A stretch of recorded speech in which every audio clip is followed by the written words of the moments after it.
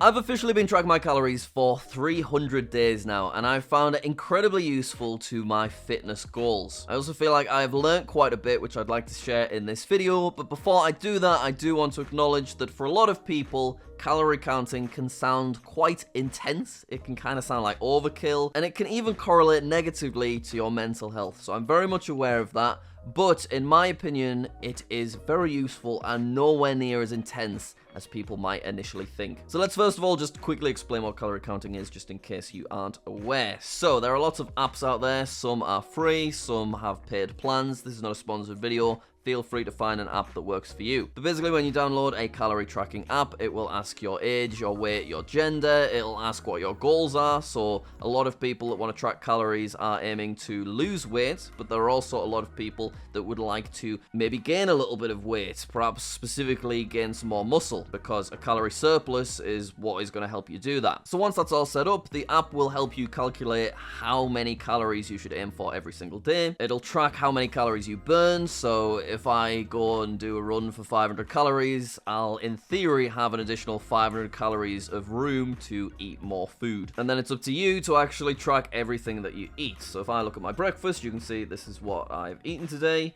And you can see this is my lunch, and it shows the total amount of macros that equates to. So macros being your carbs, your protein, and your fat. Your goal is generally to get a strong balance of each of those, with a bit of extra emphasis on protein if you are trying to build and maintain muscle. So far today, I've had 90 grams of protein, but the app recommends I should try and have about 149 grams before the end of the day, which is based on my gender, my height, and my current fitness goal, which is to slowly lose fat while maintaining and possibly building muscle. So I personally right now am trying to eat in a slight deficit every day. And that is working really well for me, because if I look at the app that tracks my weight, you can see for the last month, I have lost 1.6 kilograms, which is a really nice, slow weight loss, which is going to hopefully keep all of the muscle that I've got. But during different areas of the last 300 days, there was a point in time where I was trying to gain weight, which did happen, so I will show you a few progress pictures from that journey. But for now, let me get back to calorie counting not being anywhere near as intense and time-consuming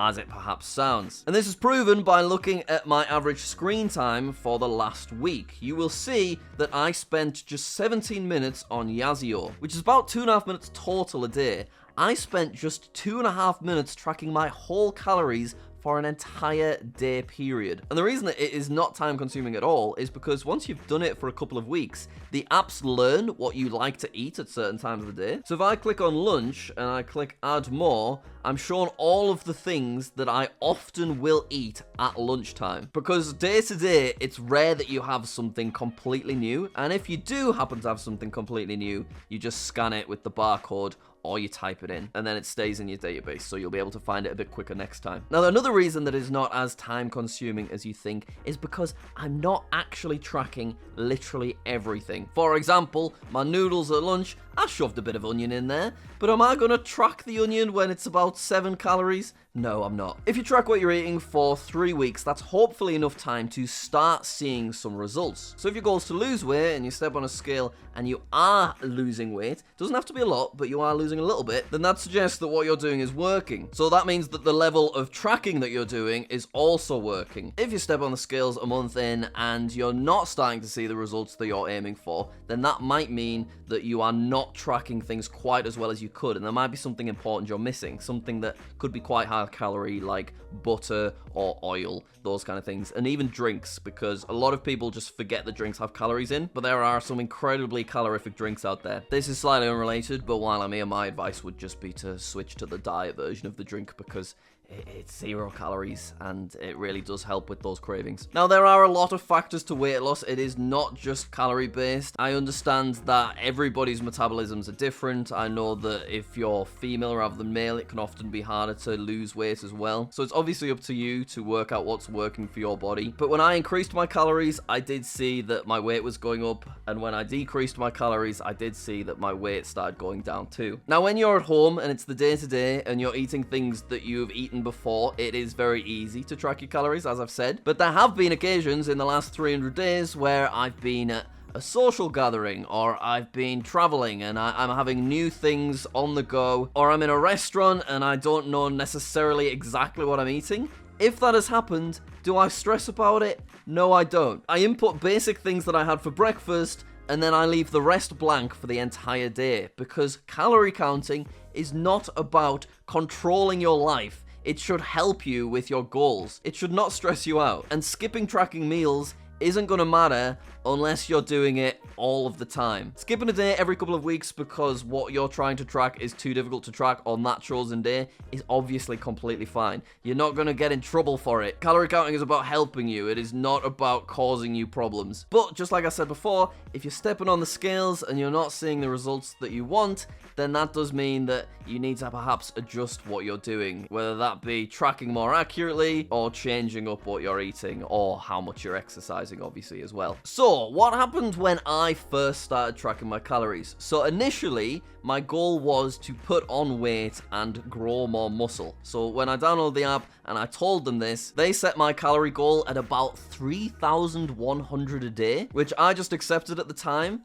But on reflection, I think this was too high. I think they should have eased me into it a bit more, because that's a lot of calories for someone of my size. So I don't think you should just trust the goal that they set. I think you should calculate what your maintenance calories are, which is quite easy to do online. And then if you're trying to gain weight, aim for an extra 300 at least to begin with, just so that you can then see, okay, how am I getting on with this? Am I gaining weight too quickly? Am I gaining weight too slowly? And then you can adjust it, because you can set your own calorie goal. I also made the mistake of looking at every day as its own day. And it was around a time I did a video where I was training like a professional athlete for a month. So every day I was burning 1,500 calories with active exercise. But because my calorie app said that I was in such a deficit, I then ate not only the 3,000 that they wanted me to eat, but an additional 1,500 so I could get back to zero.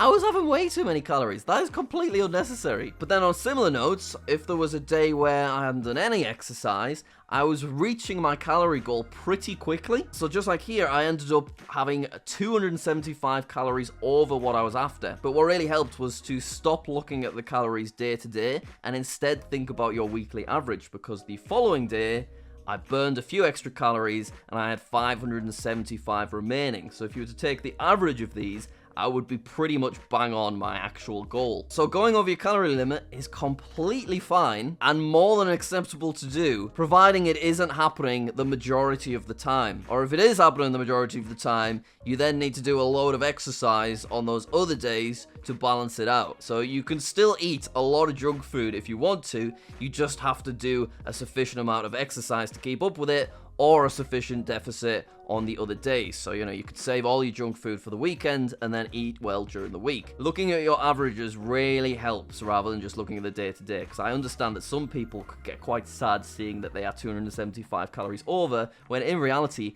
that really doesn't matter, and that is a tiny, tiny fraction. 200 calories is not a lot. Now, I also personally think that tracking your weight very frequently is incredibly useful. So I have a fancy scale where I get on it and then it sends the weight straight to an app, so I don't have to manually do it. I understand that is a luxury and it's a bit more convenient. But most calorie counting apps do also allow you to just input your weight pretty quickly. You can see I can just change this down here. Now, I track my weight every day. I understand that some people don't feel comfortable doing that, and that is fine, but it is very useful for working out averages and avoiding fluctuations, because sometimes I'm like 1.5 kilograms heavier than I was the day before. So if you weigh yourself just once per week and it happens to be a really heavy day for you, you're going to feel far worse about yourself when you actually might be making more progress than you think. So look at all of the beautiful data that I can get by weighing myself every single day. And you can see, look how much it fluctuates sometimes. But the fluctuations are ignored when you're looking at the overall picture. Whereas if I only had 4 pieces of data on here, this could look very different. Now I'm going to switch from the month to the year. And you can see that I have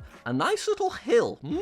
So this is the point that I started calorie counting, February 2025, and I was at 77.1 kilograms. And as I said, I started off my journey by wanting to bulk up and put on muscle as quickly as possible. So I was eating a lot, I was exercising a lot. Now, what I personally learned from calorie counting when I started was that I wasn't consuming as many calories as I assumed I was, meaning that I'd probably spent the last year being on a slight deficit most days because I'm just not someone that naturally eats a lot of food, which I understand is obviously a beneficial and lucky place for me to be, but it meant that that was probably the big reason I was gaining muscle so slowly. It was because I barely was ever in a calorie surplus. So that is why my weight increased so quickly when I actually started eating the amount that I should be eating. And you can see at my highest, I got up to about 84 kilograms. It just says 83 here. But this is what I looked like at 84 kilograms. I was by no means fat, but I was chunky compared to how I'd spent most of my life as a very skinny guy. And I liked that I'd gained a bit of muscle, but I also was now feeling like I'd gained a bit too much fat, and I think that is the fault of the calorie counting app for setting my calorie goal too high, which is obviously what I was talking about earlier. So I then manually reduced my calories so that I could now eat on a deficit. So I think I was aiming for about 2,300 calories, with my maintenance being about 2,500. So I took it slowly and I did start losing weight. You can see the rate at which I started losing weight increased from September onwards ever so slightly, and that's because I started paying less attention to this big number in the middle, and I started more focusing on this number to the left, which is specifically just what I've eaten, and it doesn't take an account of what I've burnt, because I did feel like some days my apps were telling me I'd burnt 700 calories by going on a bike ride, but then eating an additional 700 calories was just overkill for me, and I wasn't losing weight as quickly as I can. The apps only can make estimations. We've all got a different metabolic rate. You need to look at what your body's doing and how much weight you're losing and gaining and how you're looking and how you're feeling. So yeah, I don't really focus on that middle number. I kind of just focus on what that number on the left is up to. Once again, it's all about balance. If you're doing loads of exercise every day, then you might lose weight too quickly. It's up to you to just work out what your body's feeling like and what your scales are telling you. But anyway, you can see that I managed to lose weight fairly quickly up until November, and then I decided I quite like the weight that I'm at, and instead I'm just gonna sit around maintenance and very slowly lose body fat. And this is my most up-to-date body progress picture. I'm quite happy with how I look at the moment. I would love to one day get some kind of ab definition, but I know that that takes a lot of dedication and it's something that happens very slowly. But I do not think I'd have managed to get to this stage if it wasn't for calorie counting, because I've just seen such a direct correlation. If there's more calories on the app, my weight's going up. If there's less calories on the app, my weight's going down, and I'm seeing results pretty quickly. So my advice is to try calorie counting, do it at a level which you're comfortable with, and just tweak things based on if you're seeing the results that you want or not. But you also need to give it time, because you don't lose weight instantly. It takes a few weeks to start actually seeing progress. So don't adjust too quickly, you know? The last thing that I will say is portion control is incredibly useful. I am somebody that had a very sweet tooth, so I would very easily just eat a whole packet of sweets, which, as I've said in this video, that is completely acceptable to do if you are balancing it out with a sufficient amount of exercise or less calories on other days. But what I found really useful was I have a lovely little glass saucer, and when I open a packet of sweets now, I pour maybe a third of the packet into the glass saucer. I put the sweets back in the cupboard. I then eat my sweets from my little saucer, which looks quite cute. And that has just satisfied me as if I'd eaten the whole packet, but I haven't. I've had a third of the calories. My body just adapted to being happy with that amount of sweets. Portion control is so incredibly useful, but I understand that it is a little bit challenging if it's not something that you are used to. But there you go. That's my advice. I know I kind of just rambled on, but I'm hoping that you did find some value out of this. Thank you very much for watching. Let me know in the comments if you have any other questions or things you would like to hear from me, fitness related or diet related. And that is it for another jackmw video. Please do subscribe, and I'll see you later.